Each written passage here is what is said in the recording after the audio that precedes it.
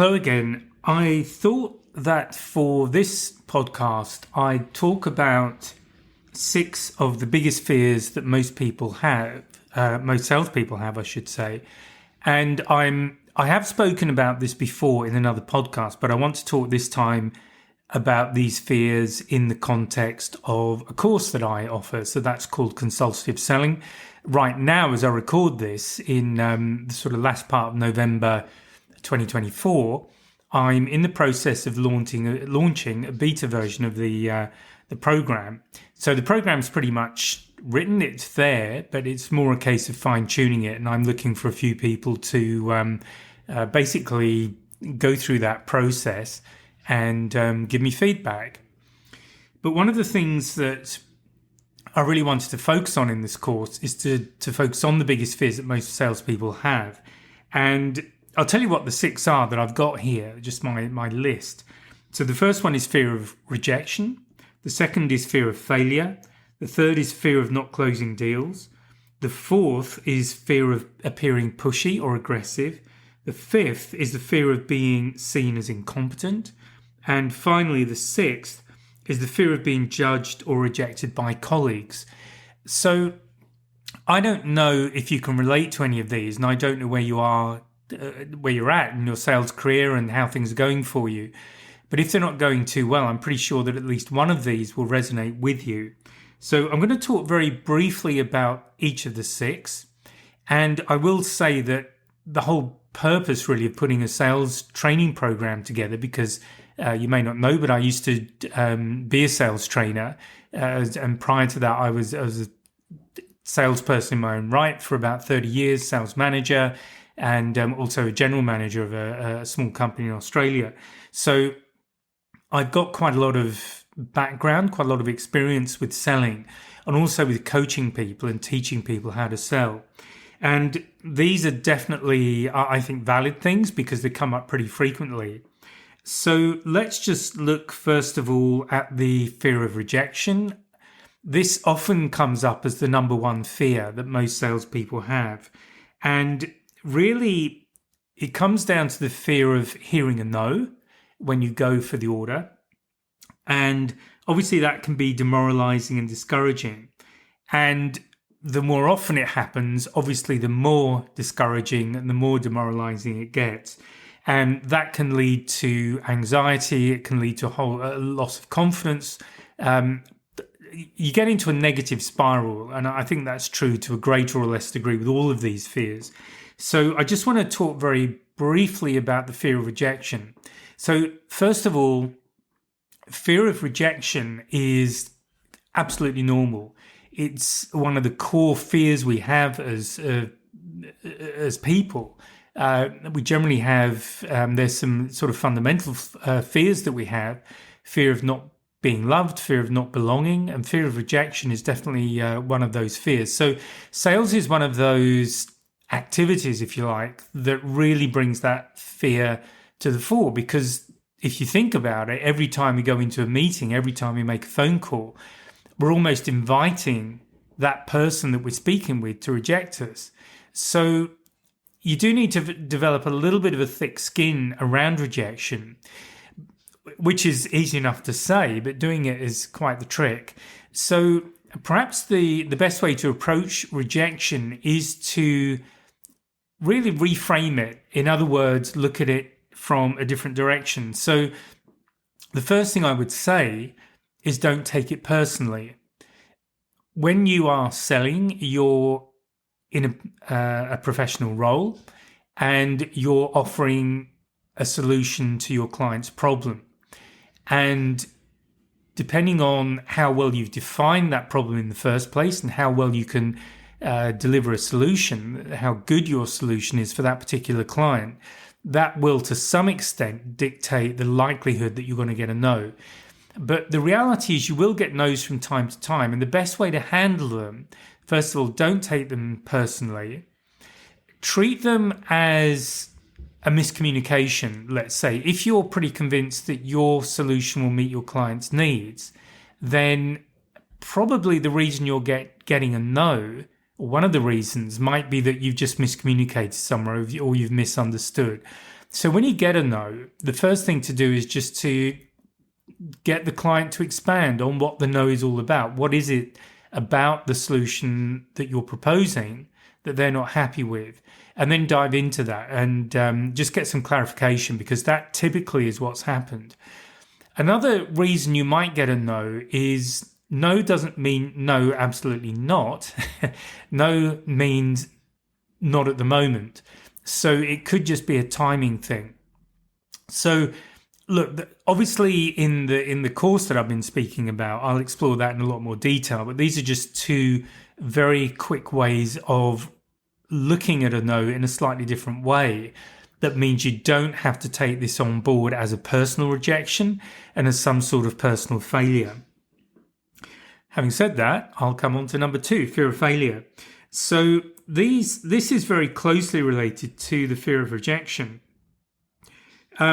Failure often, and it might be something different for you, but often it relates to not meeting sales targets, not hitting quotas, basically not hitting the level of success, which in sales is usually the number of orders or the value of the orders that your company or your business is expecting, whether it's your own business or somebody else's that you're working in. And once again, that leads to feelings of self-doubt, of not being good enough. Maybe you are thinking you shouldn't be in this job at all. So it is, again, another tricky one to handle. And again, I think the best way to handle this, and it is something that I talk about in the training course as well, and we go through a lot of techniques to help you to be successful in sales. So failure stops being such a likely outcome, but it's quite natural to fear failure, particularly if you're new to sales, because if you're new to sales, the chances are you're stepping outside of your comfort zone. You're developing a lot of new skills. You're developing them in an environment which is live. You are dealing with real clients, they're real deals, and there is a real possibility, whether it's big or small, that particular deal won't come in. And sales is quite a public role to be working.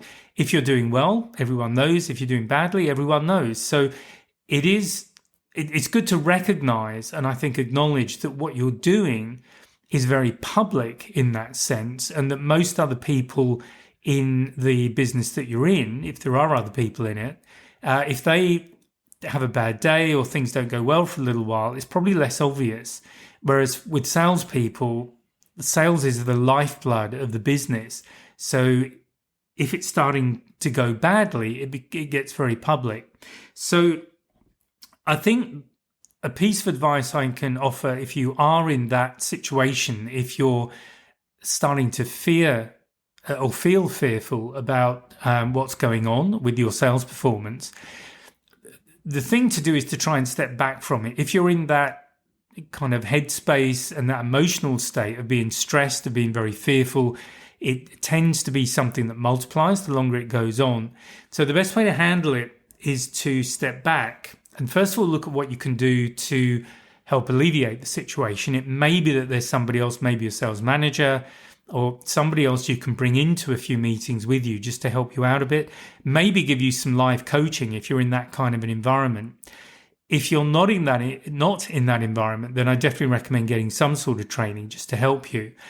But I always recommend with salespeople that after a meeting, particularly if you feel it's gone badly, you just step back from it and just look at the meeting step by step. Which parts went well? Because some parts probably did go well, and which parts didn't go so well.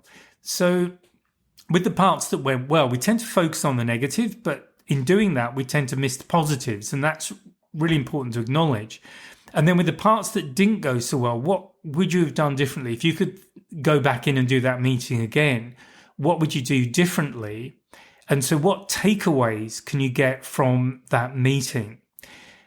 So it is a process. It is something that takes work. It's often consistent work over a period to just turn it around if a fear of failure is really limiting your results.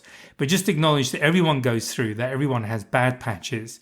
And the important thing is not to treat that as normal, just to step back, don't get too caught up in it, and don't let it become your identity. That's another important thing. Okay, fear of not closing deals is the third fear. And for a lot of people, the pressure to close a deal and convert leads into hard sales is actually quite intense. And if that's the situation that you're in, obviously there can be a constant worry about not being able to finalize agreements.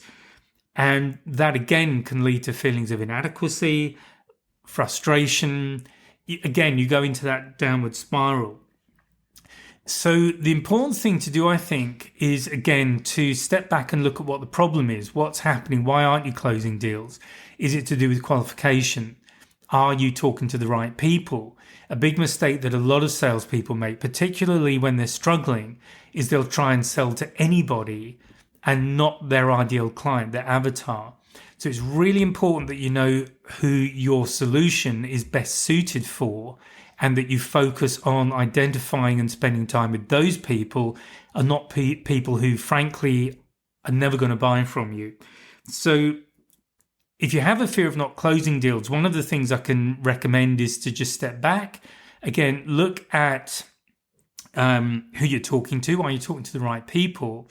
And the other thing I'd recommend is to look at your closing process.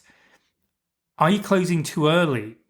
Are you closing at all? Because some salespeople, something like 60% of salespeople don't even ask for the order. So if you are you closing at the right time? And what I mean by that is, have you understood what your client is trying to achieve? Have you shown them you can deliver the solution that they're looking for? And are they ready to move forward with you? A lot of people go too early. They haven't fully explored what the client wants to do. Some people don't even understand what it is the client's trying to do. So that's a really difficult one. But again, in the course, so I'm not going to do it in a short podcast like this, I'm not going to go into it. But there are particular techniques that I take you through, particular sequences you can use that make closing really easy. And it's actually kind of fun. So number 4 is fear of appearing pushy or aggressive. So none of us wants to be the sleazy salesperson. Now, some of this will depend upon where you are. So without hitting stereotypes, if you're in the UK, for example, where, politeness is more of a thing than, dare I say, if you're in the US, where people tend to be a bit more forthright. If you're in an environment or a culture where people tend to be polite, then a lot of salespeople just have a real fear of coming across as too aggressive, too pushy, and that can hold them back. So, and one of the way that shows itself is a fear of being persistent. They feel they're being too persistent when they're asking for business, and that they might drive people away. So the first thing I would say is don't be pushy, just be yourself. Have a conversation with the client. Usually where the pushiness comes in is one of the areas, there's two really. One is that the salesperson tries to close way too early. They clearly haven't been listening to the client. Your client wants to feel heard. They want to feel that you understand, that you have a genuine interest in solving their problem for them. So make sure they feel that way. And you can do that by having a really good conversation with them about what the problems are that they're trying to solve, and then talking through how your solution can give them a solution, something that they're looking for. The other place that it tends to come out is just being a bit pushy on the order. So, as I say, there are techniques you can use that make that really easy. What I'll say on the persistent side is sometimes it's good to be persistent. And I grew up in the UK, so I can definitely relate to this.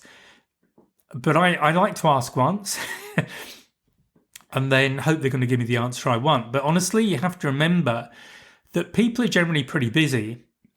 It might be that the problem they're trying to solve is really urgent, in which case you're likely to get an answer pretty quickly. But if it's less urgent, or they have other things going on, or if they have to get budget approved or whatever else it might be, they may not be able to give you an answer immediately. And then life goes on and they might forget simply. And it's your job to just remind them that they still have this problem to fix. So one thing I will give you as a tip, if you have a delivery time, if you're physically delivering something, then it's good to work in a lead time. So, and find out when your client needs this particular item delivered.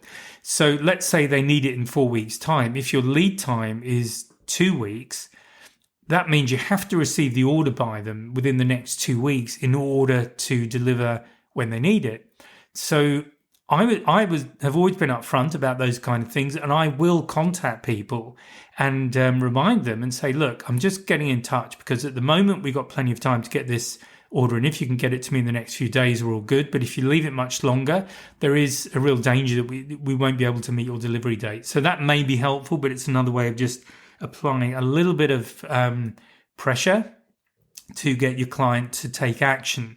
And there's nothing wrong with that, because you'll probably know when you've gone to buy something, you might have spoken to somebody about a purchase you were planning to make, and then all sorts of other things crop up and you just completely forget about it. It's not that you don't want to make the purchase anymore. It's just simply that it's gone out of your head. It's not the most urgent thing you have to deal with. Okay, fear of being seen as incompetent is number 5. And often, and what I mean by that is often, and this is particularly true, I think, of people who are newer to a sales role, they're frightened of walking into a customer, being asked questions and not knowing the answer. And that can result in them not being able to identify the client's needs properly. So the point is, you probably are, look, you may not be knowledgeable enough for the client. When I was, the first few sales jobs I had actually were quite technical. And while I had a reasonable technical understanding, I could only go so far. And the truth was that most of my clients probably knew the technology. In fact, I would say definitely knew the technology that they were working on in a much more deeper way than I did. So I would often have to sell gear that I knew how to work it and I knew essentially what it did. But once you got beyond a certain point, I really couldn't comment too much. So the way I dealt with that was, first of all, to let myself off the hook. And that was simply by saying that I don't have all of the answers. I don't need all of the answers.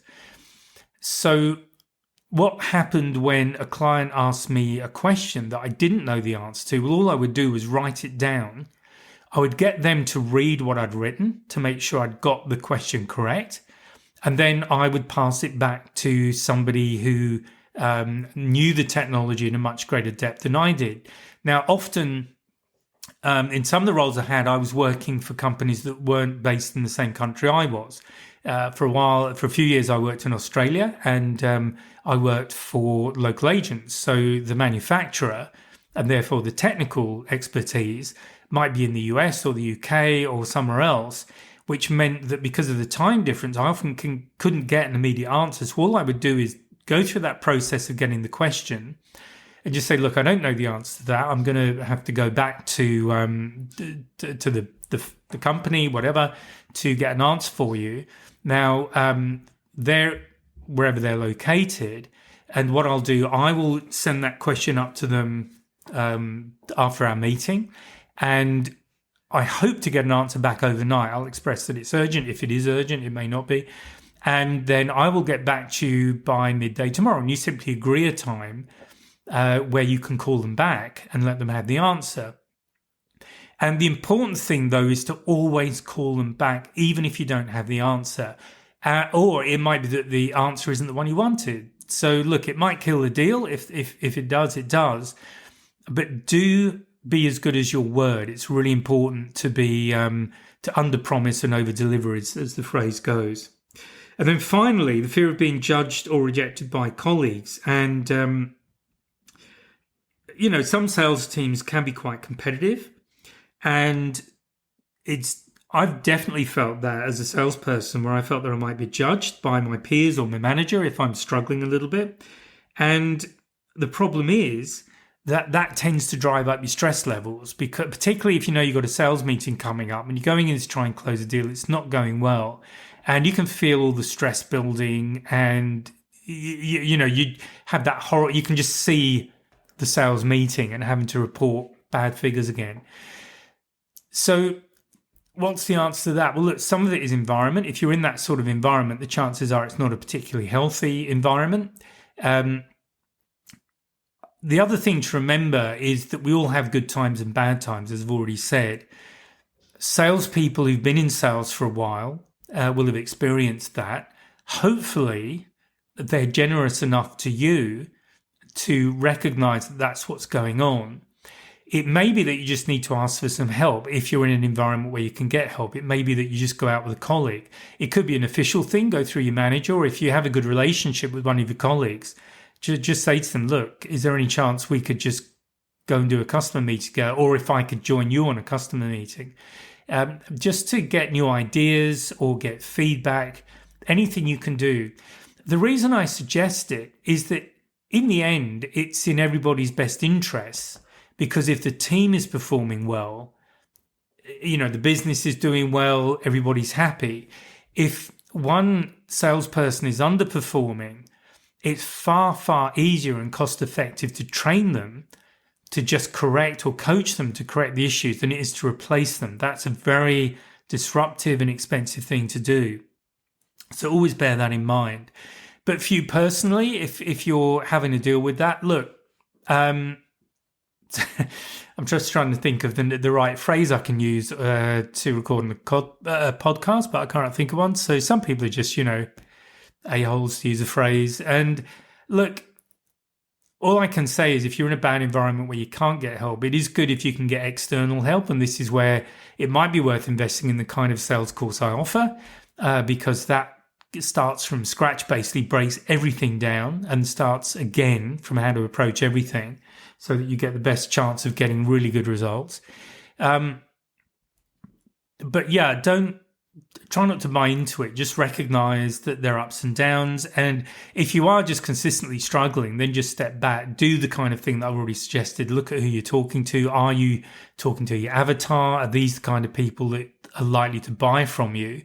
If they are, then great. Look at what went wrong. What are you doing well? What's going not so well? What can you do differently? And just go through each one like that. And the truth is, if you're persistent with that, if you just step back, be objective about it, don't get emotional, don't start putting yourself down or beating yourself up or whatever it might be, because if you do that, you won't get out of it. You'll become a victim to the whole situation. So drop the victim thing, just take control of it and say, okay, I need to sort this out. What was good? What was bad? What can I learn? What can I do differently next time? Okay, so I hope you found that useful, and good luck with your selling, and I hope to speak to you soon. And don't forget the training course. Okay, bye for now. If you found this podcast useful and hopefully it's got you thinking, please sign up to my mailing list. There's a link in the description where you can just sign up and I'll keep you informed of what's going on. There's also a link to a free 1-hour webinar. It's an on-demand webinar, and I'll take you through 3 things you can do right now to improve your sales confidence, and that includes handling objections and closing the sale. So please check out the links and please join the mailing list, and I'll speak to you next time.